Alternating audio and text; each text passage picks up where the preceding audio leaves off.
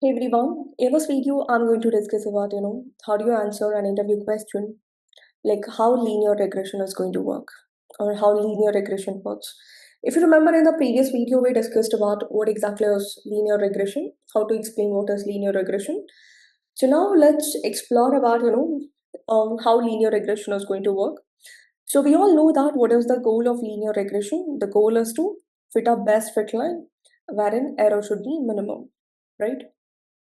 Fit a straight line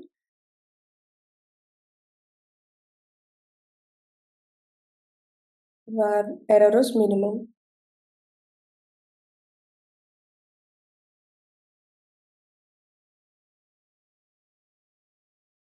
So can you explain like how linear regression is going to work? In order to explain how linear regression works, let's start with a data set.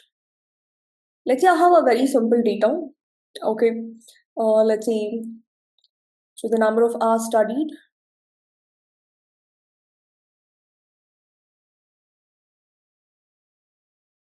and the marks obtained.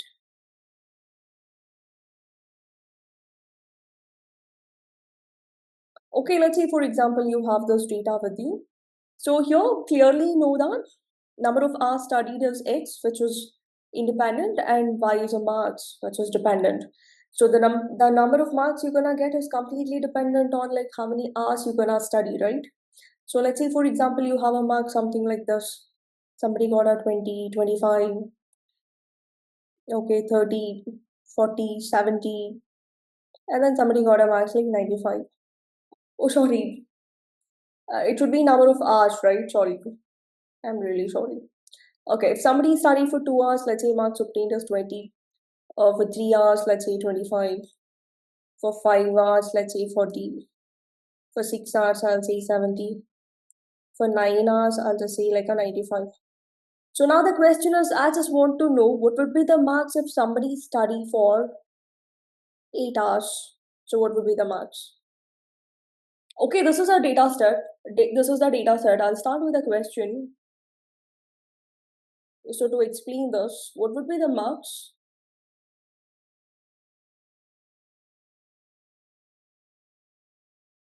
What would be the marks if someone study for 8 hours? So how do you make a predictions? So in this case, here you have to make a prediction, right? You have to predict the marks for a given number of hours. So we know that x is 8 and we need to know what is the value of y. So for this case, what we do, how linear regression is going to work, it just assumes that there is a relationship between x and y. Assumes there is a relationship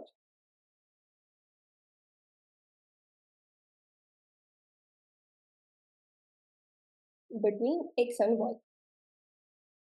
Okay. So that means that relationship is basically represented using the equation of a straight line wherein y equals mx plus c. Some people also call it like beta naught plus beta 1x. Okay, so we all know x is independent variable, we all know this, and y is dependent. So in our case, x is number of hours studied, y is a marks, and here m is a slope.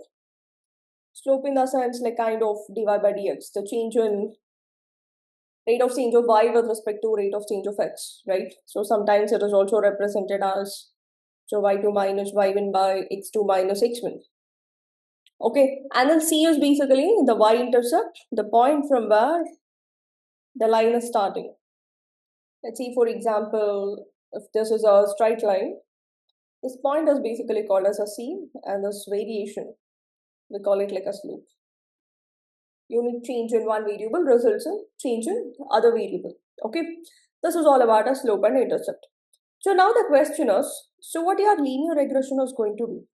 So we have a straight line equation y equals mx plus c, wherein we know we know x value and we know y value, right? What we don't know? We don't know what is m, we don't know what is c. So whatever linear regression we say, it's all about, finding m and c. It's all about finding M and C values. So how do you find M and C values? It just uses a formula, okay? M is calculated using a formula summation x minus x bar into y minus y bar divided by summation x minus x bar whole square. So in this case, x bar is average of x, or I would call mean of x. Coming to y bar, it is average of y or mean of y. So what it will do, it will take average of x, average of y, and it will difference it. And it uses this formula, which is going to give us a m value. Similarly, to calculate a c value, which is an intercept, it uses a formula y bar minus m into x bar. So again, same thing, x bar is mean of x. So you will be finding m now, whatever value you get, you need to substitute. And y bar is again a mean of y. You know, mean in the sense it's an average, summing all and dividing by total observations. Okay, so if you can find m and c value, let's assume that, you know, m value is somewhere around like 7, and let's say c value is a 10. Let's assume that we did a calculation. I'm just assuming. Let's see that we did some calculation, and based on a calculation, we got m value as 7 and c value is a 10. So now your equation becomes y equals mx plus c now. So it's 7x plus 10. So whatever equation you get after substituting m and c, we call this as a regression line or best fit line. Best fit line. So now you can make use of this data and you can actually make a predictions. So this is a data set, right? So this is a data set. So basically what you have to do in this case, you have to take this data and you have to make a prediction. So how do you make a predictions? So we got our equation, right? So let's say I'm just taking this data with me. So this is our data. Okay, so we know x value is 8 and we have to make a prediction now. So how do you make a prediction? We'll use a regression line y equals 7x plus 10. So now it will not be y, it becomes a y hat. We call it like a predicted line, regression line, best fit line. So it has a different namings. Okay, so now we know that x value is 8. When x equals 8, what is y value? Y hat, predicted value. So simple, just substitute. Your y hat becomes 7 times 8 plus 10.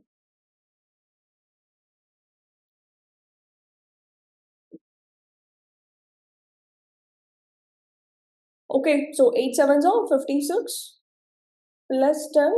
So your prediction is going to be 66. This is how the prediction is going to happen with a linear regression.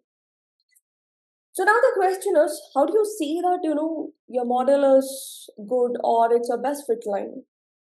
How do you know that the predictions made by your model is correct? So what you can do, you can actually make predictions for all the existing data. Substitute values and make a predictions. Let's say x equals to 7 2s are 14, 14 plus 10 is like 24. See, actual value is 20, predicted is a 24. Similarly, 7 3s are 21, 21 plus 10 is like 31. Next one, 7 5s are 35, so it's 45. Then 6 times 7, 42 plus 10, 52. 9 times 7, 63 plus 10, which is 73. And so on. For this 8, we got a 66. This is how we make a predictions. Once you make a prediction, so how do you know that it's a best fit model or best fit line? So for that, we go with a error function. So we call it like a error or a loss. Okay, when I say error or a loss, so it's all about, you know, the difference between. So it's difference between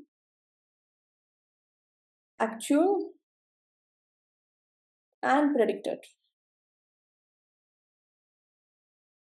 Difference between actual and a predicted.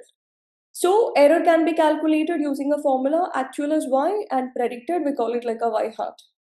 So wherein y is actual and y hat is predicted. So now based on this error, so now if you try to calculate an error, it gives an error for each value, right? But understanding error with respect to each value is not an easy thing when you have millions of rows. So in that case, we have a different loss functions and a matrix which we use in order to evaluate a model. So we have different loss functions and metrics which we use in order to evaluate the model. So that we'll discuss in our upcoming video, like how to evaluate linear regression model. I hope this is clear how linear regression is going to work. It is trying to fit a straight line where error is minimum. So it takes a data, train it on a model, training in a model in the sense finding values for M and C. If you can find the best values for M and C, so that's a best fit line, and then use that equation to make a predictions. M and C calculated using these formulas. And once you make a predictions, like how do you get to know how good is your model? So for that, we just calculate an error, which gives you difference between actual and a predicted. Okay, once you know the error, based on this error, we have a different loss functions in our metrics, which can be used to evaluate the model. So different loss functions that we have is basically, we have mean squared error, we have mean absolute error, we have root mean squared error, we have mean absolute, percentage error. These are the different loss functions. And also we have a metrics like R2 score and also adjusted R2 score. Okay, so these are the loss functions or a metrics that we can use in order to evaluate a model, how much mistake your model has done, and how good is your model in terms of predictions. So this is all about how linear regression is going to work. I hope it's clear. Thank you. Happy learning.